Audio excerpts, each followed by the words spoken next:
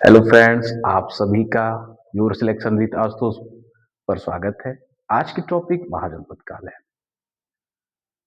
महाजनपद काल के क्या कारण है, इसकी जानकारी के क्या स्रोत हैं, कुछ इंपॉर्टेंट फैक्ट जो कि एग्जाम में पूछे जाते हैं इत्यादि आज हम अध्ययन करेंगे। तो दोस्तों, महाजनपद काल के क्या कारण थे?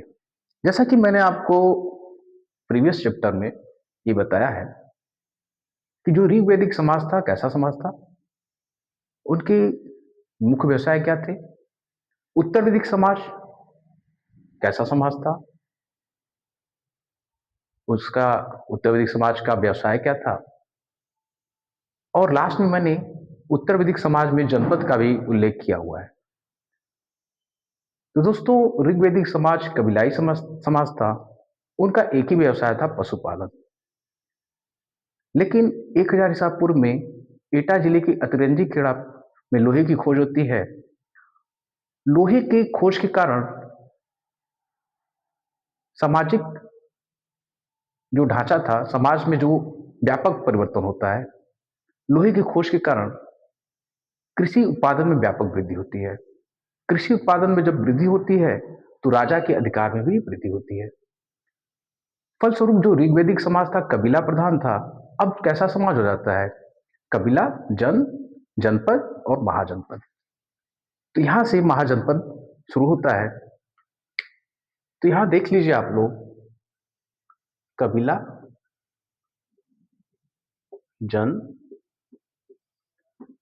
जनपद और महाजनपद। उत्तर वैदिक काल में मैंने आपको जैसे तुर्वस प्लस कृवि मिलके पांचाल जनपद बनाते हैं। ये मैंने आपको उत्तर वैदिक काल में बताया था कि तुर्वस, कृवि, पांचाल जनपद हो जाते हैं। अब चूंकि कृषि में व्यापक वृद्धि होती है, कृषि उत्पादन में, फलस्वरूप राजा के अधिकार में वृद्धि होती है। राजा अपने राज का विस्तार करता है। वो कुछ जनपद पर लड़ाई के द्वारा या शादी विवाह के द्वारा अपने राज का विस्तार करता है। इसमें आपको कई सारे राज्य जैसे मगध, महाजनपद में कुछ राज्य जैसे मगध का उल्लेख मिलेगा। तो ये महाजनपद काल का क्या कारण था? लोहे का व्यापक उपयोग होता है। लोहे के उपयोग के कारण उत्पादन में वृद्धि होती है। उत्पादन में वृद्धि के कारण राजा के अधिकार में वृद्धि होता है। जो समाज जनपद तक सीमित था, अब जनपद से महाजनपद में कन्वर्ट हो जाता है। दोस्तों, महाजनपद काल का एक और नाम है, महाजनपद काल को द्वितीय नगरी क्रांति भी कहा जाता है। इसको नोट कर लीजिए। द्वितीय नगरी क्रांति। मैंने आपको प्रथम नगरी क्रांति हड़प्पा में बताया था कि हड़प्पा जो सभ्यता है, प्रथम नगरी क्रांति कहा जाता है। दोस्तों, नगरी क्रांति शब्द का पहली बार प्रयोग गार्डन चाइल्ड ने अपनी पुस्तक अर्बन रिवोल्यूशन में किया था। तो महाजनपद काल को द्वितीय नगरी क्रांति की संज्ञा भी दी जाती है। इसका एक और नाम है बुद्ध काल।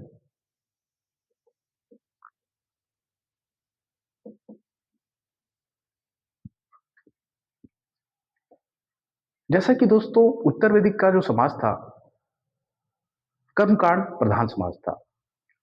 कर्मकांड के ज्यादा होने से लोगों में विश्वास, लोगों की आस्था में कमी आती है। फलस्वरूप कुछ नए धर्मों का उदय होता है। तो महाजनपद काल का जो सामाजिक आर्थिक प्रगति थी, कहीं ना कहीं बुद्ध के उपदेशों से प्रभावित थी। इसलिए इसका एक और नाम बुद्ध काल भी कहा जाता है।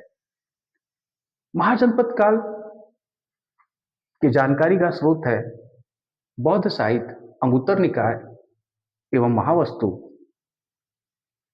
जैन साहित्य, भगवती सूत्र और कुछ विदेशी यात्रियों का विवरण जैसे निर्याकस, जस्टिन, प्लूटार्क इत्यादि।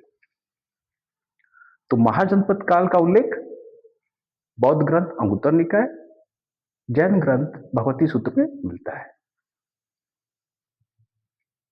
दोस्तों, 16 महाजनपद का सबसे जो उत्तरी